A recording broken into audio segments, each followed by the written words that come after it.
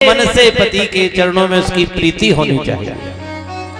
महाराज मेरे द्वारा कोई संतान नहीं हुई, आपको किस देखने को मिलता है। राजा तनभद्र का देवी क्यों परेशान होती है कि मैं निर्बल हूं तू बांझ सही, ये तो केवल एक हीला है।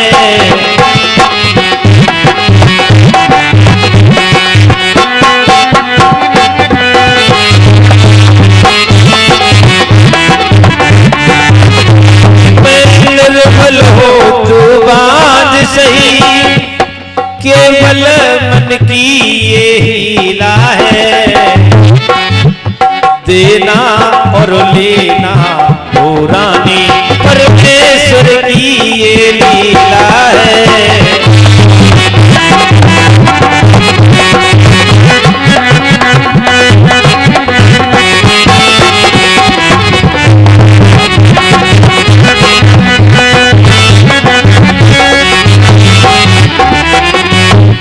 बोले रानी मैं निर्बल हूं तू बांझ सही, केवल एक मन की हीला है। और देना लेना ओ रानी सब परमेश्वर की लीला है। अरे उस प्रभु की लीला है। उसने कही महाराज मेरे तो कोई संतान नहीं हो सकती, लेकिन मैं आपसे एक निवेदन करती हूं। बोले क्या? बोले तुम दूसरा व्यवहार करो। बात कर लगे सुनीति तू जानती है, अरे विवाह होकर के घर की तो आबादी होगी, लेकिन तेरी बर्बादी हो जाएगी। रानी ने बहुत जिद की। बताते हैं कि महाराज एक बार शिकार करने सुदूर प्रांत गए और वहां से एक दूसरी रानी के साथ विवाह करके लाए। रानी को इस बात की बड़ी प्रसन्नता हुई कि राजा ने मेरी बात को मान लिया। पूरे महल में बड़ी खुशी है। बेटा तुम काम कि विवाह करे महल में आए और खुशी सब ने मनाई है।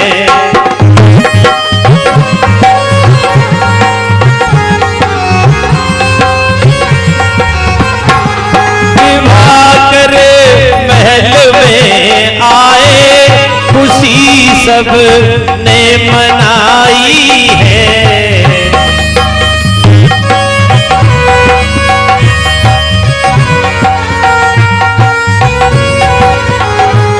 सुनीति नारदी पहली के सुरजी दूजी आई है।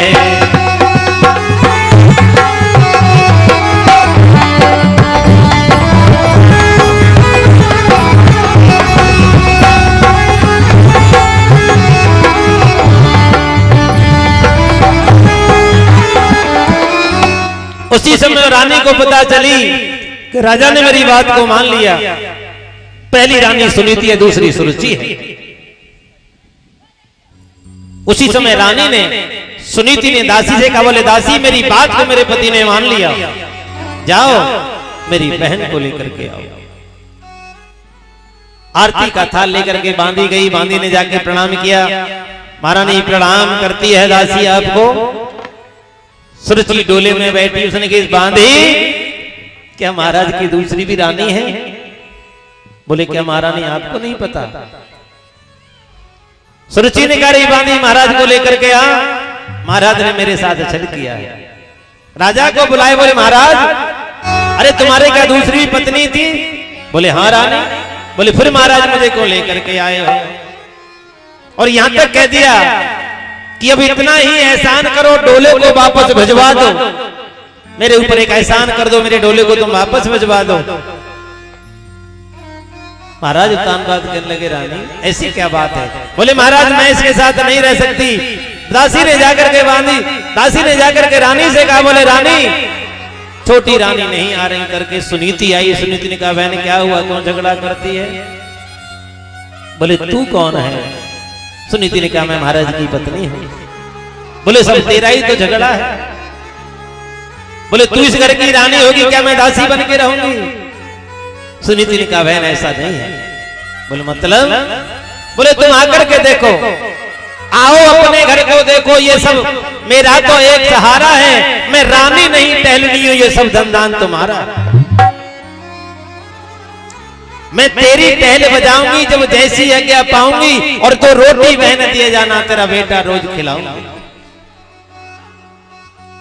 सुरुचि ने कहा महाराज देख लिया, ये क्या कह रही है, ये इस घर में रहेगी, मेरे बेटे को खिलाएगी, तुमको जहर दे देगी, मुझको मार देगी। सुनीति ने कहा तू क्या चाहती है? बोले सुन, मैं इस घर में जब रहूंगी जब तू इस घर से पहले बाहर जाएगी। सुनीति ने कहा रानी ये तो अच्छा नहीं किया। बोले नहीं महाराज, यहां तक कवियों ने लिखा है कि ये कह दिया गया कि सुनीति जिस घर में मैं रहूंगी उस महल के ऊपर 4 छाछ के घड़े रखवा दिए जाएंगे, फटा हुआ बांस तुझे दे दिया जाएगा और तू काग उड़ाया करेगा। आज सुरुचि महलों में रहती है, सुनीति सुबह से लेकर शाम तक काग बढ़ाती है। जीवन में याद रखना, हमारे जीवन में कोई छोटा सा संकट आ जाए हम दुखी हो जाते हैं। सार्वभौम सम्राट की रानी है और केवल गजी सिल्क की साड़ी फटा हुआ बांस दे दिया, और बांस देने के बाद में काग को उड़ाती थी कि रंग महल में रहा करे थी और कभी सुहागिन बन के, हे मेरे करतार उड़ाए रही कागे अभागे बन के।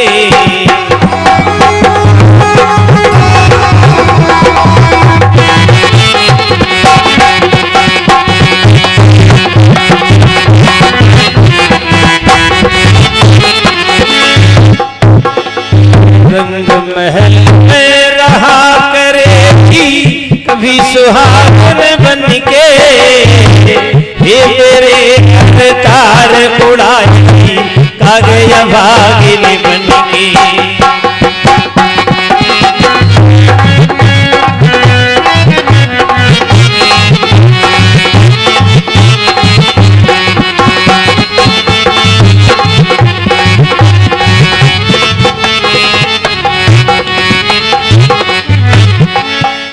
जो रानी कभी राजमहल में रहा करती थी, सुहागन बनकर आज वो रानी काग को उड़ाती है। कब किसे कि कोई लाख करो चतुराई, कर्म का लेख मिटे ना रे भाई। कि राजा हो चाहे रंक यहाँ पर, ठोकर सभी ने यह खाई, कर्म का लेख मिटे ना रे भाई। ये संसार है, कर्म की कभी लेख नहीं मिट सकते, इसलिए जीव को हमेशा कर्म संभल के करना चाहिए। कर्म की प्रधानता है, जीव की प्रधानता नहीं है। आप क्या कर्म करते हैं इस बात की विशेषता है, आप कैसे हैं ये कोई विशेषता नहीं है। कि राजा से कर दे भिखारी और कर्म तेरी बलिहारी।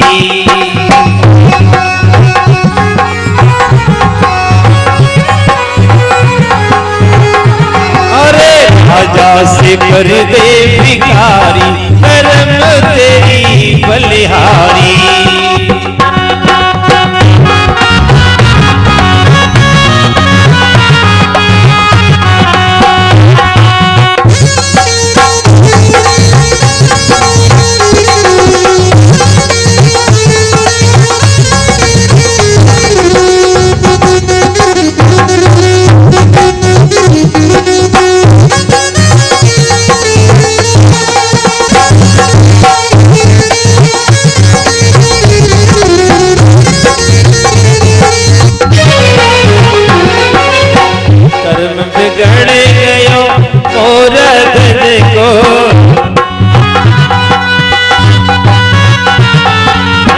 कर्म बिगड़ गयो मोर धज को,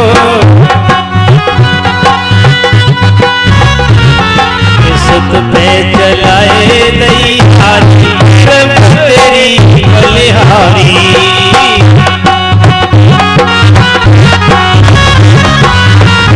राधे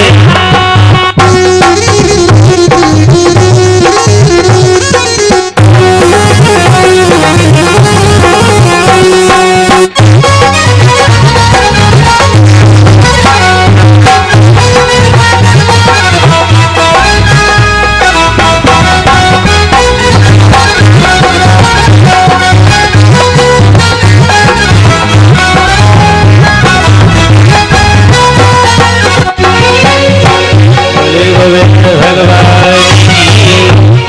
जो रानी कभी महलों में रहा करती थी, आज वो काग बिडारती है। एक दिन जी के ऊपर सुनीति की परछाई पड़ गई। महाराज को बुलाए, बोले महाराज ये सारे दिन खटपट करती है, महाराज इसकी परछाई मेरे ऊपर पड़ गई। महाराज उत्तानपाद ने सुनीति को जंगल में भेज दिया और जंगल में जाकर के सुनीति रहती है। जो महाराज सुनीति को बहुत प्रेम करते थे, वो महाराज भी सुनीति को भूल गए। एक वर्ष हो गया, सुनीति ने विचार किया इस घर में मेरे रहने का कोई औचित्य नहीं। अरे जंगल में भी मैंने जिसके लिए परिवार छोड़ा, घर द्वार छोड़ा, सब राजपाट छोड़ा, उस पति ने मुझे छोड़ दिया। एक सरोवर में जाकर के डूबना चाहती है। उसी समय जैसे कूदना चाहती थी, एक संत ने आकर के हाथ पकड़ा, बेटी ऐसा क्यों करती है? बोले बाबा मैं दुनिया में जीना नहीं चाहता। और एक बात और मैं बता दूं भाई लोगों, जब तुम्हारे जीवन में कोई संकट आए, जब तुम्हारे जीवन में कोई परेशानी आए और अनायास ही तुम्हारे घर में किसी संत का पदार्पण हो जाए, तो समझ लेना तुम्हारे जीवन